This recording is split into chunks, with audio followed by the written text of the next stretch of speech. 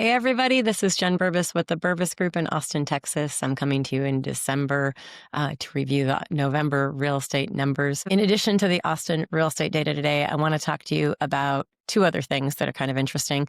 Two conversations that we had this past week. I've anonymized the data just to kind of show examples to you of what opportunity cost conversation looks like with an owner of their primary residence versus what an opportunity cost conversation looks like with somebody that is selling an investment property. And so we're going to go through a spreadsheet really quickly and show you that. The third topic I want to talk to you about today is what's happening in the metals market and what that could be telling us about interest rates and primarily interest rates as obviously it applies to mortgage rates.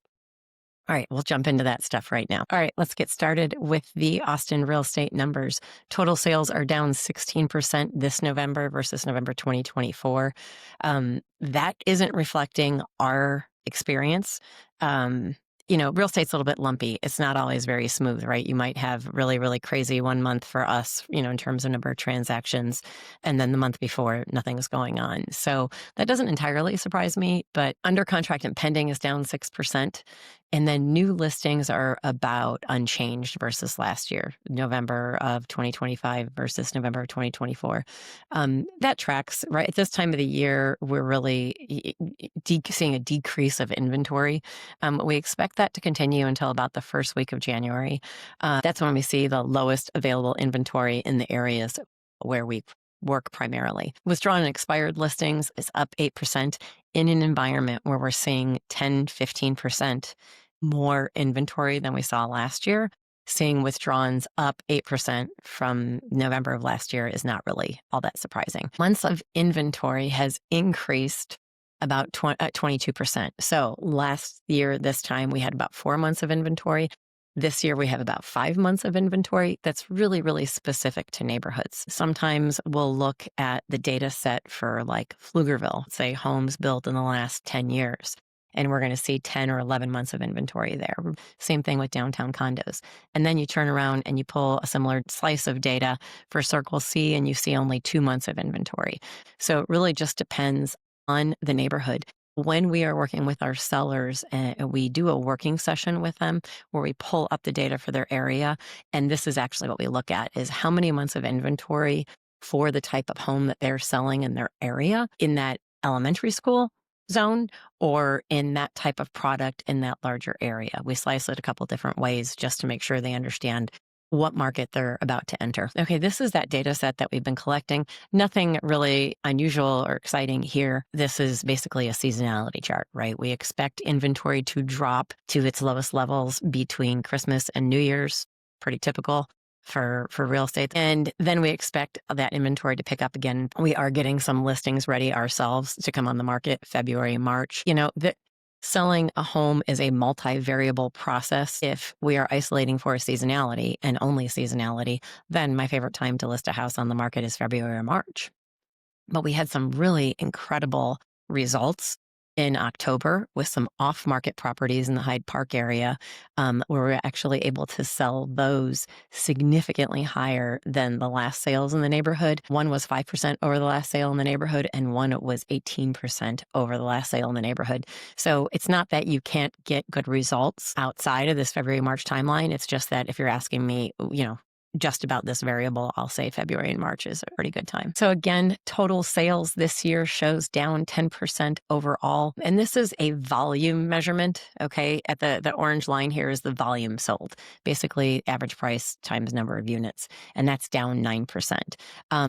This, again, doesn't really track with our experience this year. I think we've just gotten better at telling the story of the market to sellers. And so our sellers are transacting.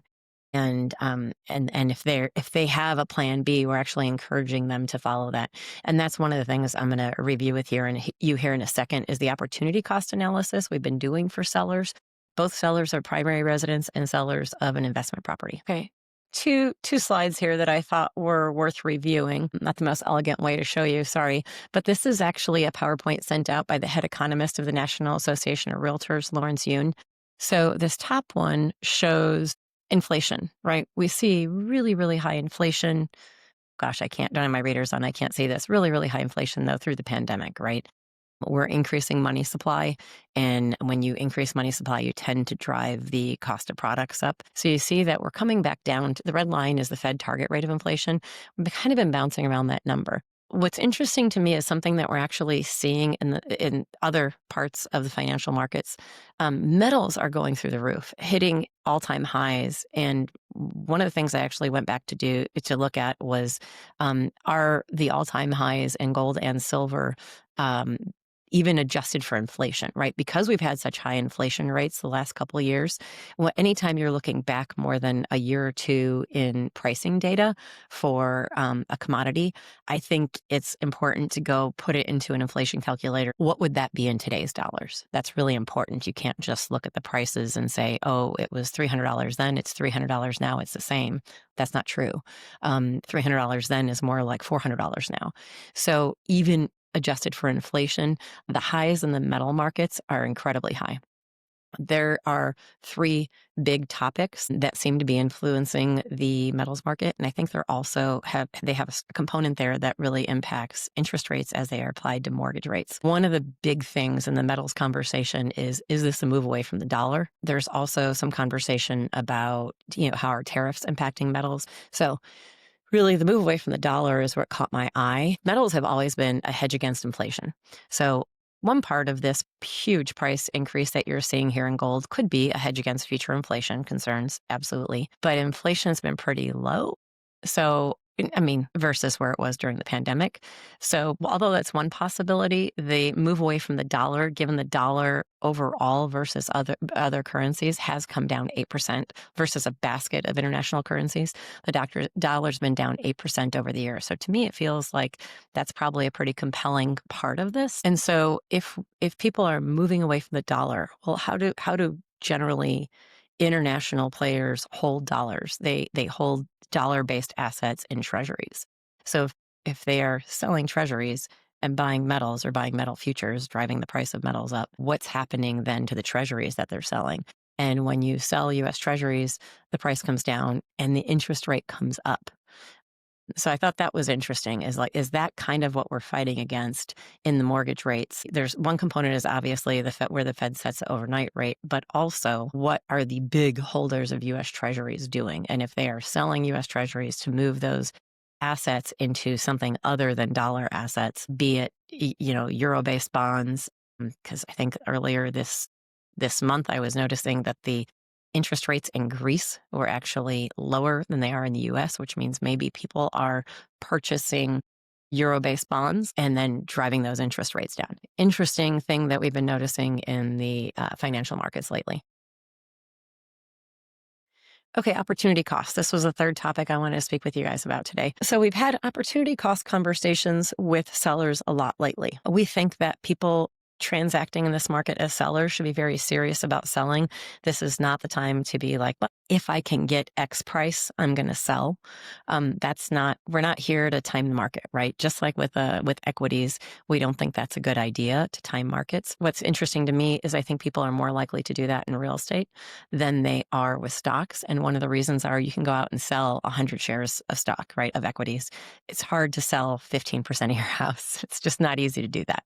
So here's two different scenarios. We had two conversations with people this week, but what I did is I set both dollar values to be equal. So we're not really talking about anybody's personal information, but also we can show the differences between the two scenarios.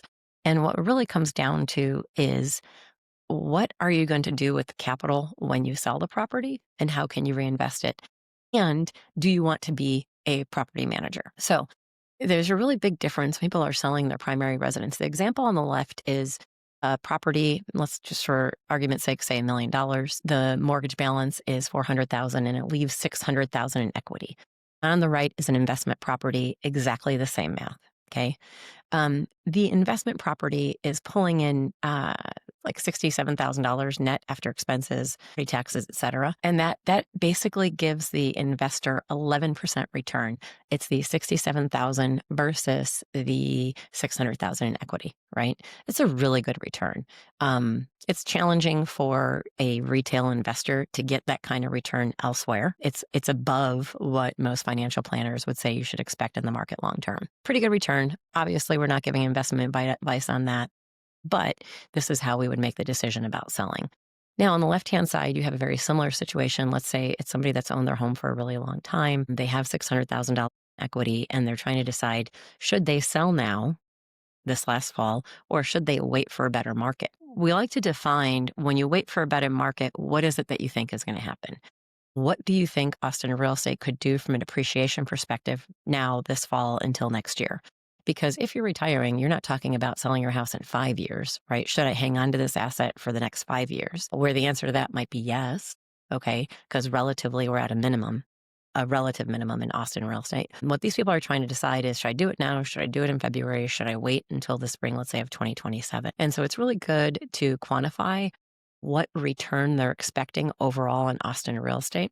If that seller that is selling their primary residence is expecting a 3% increase in Austin real estate, they're expecting a $1,000 benefit, right? Well, if they sell their home, take that $600,000 and invest it commensurate with their age, let's just say the most conservative thing possible, which is U.S. Treasuries, interest rate on those right now is 4.3%, they would be making $25,000 in the next year on that $600,000 in equity.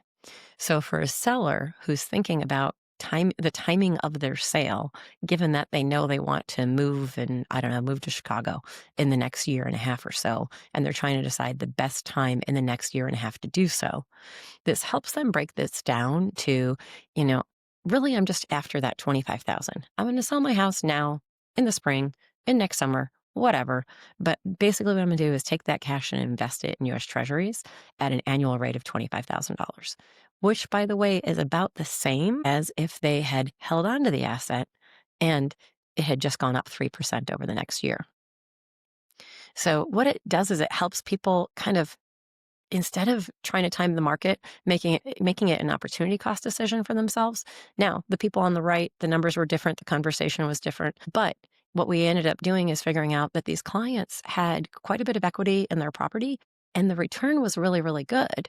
So as long as they wanted to keep that as part of their larger portfolio of rental properties, and they own rental properties, this is not a new thing for them or a one-off thing for them. This is a regular workflow in their everyday life. Well, then for them, it was like, this is a really good return.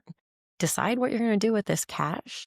If you think you can invest it elsewhere, or if you need this cash for something in your life, by all means, go ahead and sell the asset. But if you are still at the part of your life where you're looking for higher yield returns, this might be a really good thing to keep in the portfolio. So the same math, different clients, different end goals, and different decisions on whether to sell or not. All right, guys, thanks so much for spending the time with us. I know it took us away from our regularly scheduled programming with the monthly data. Hope some of this was useful to you guys. Let us know if there's anything we can do to help. Talk to you soon.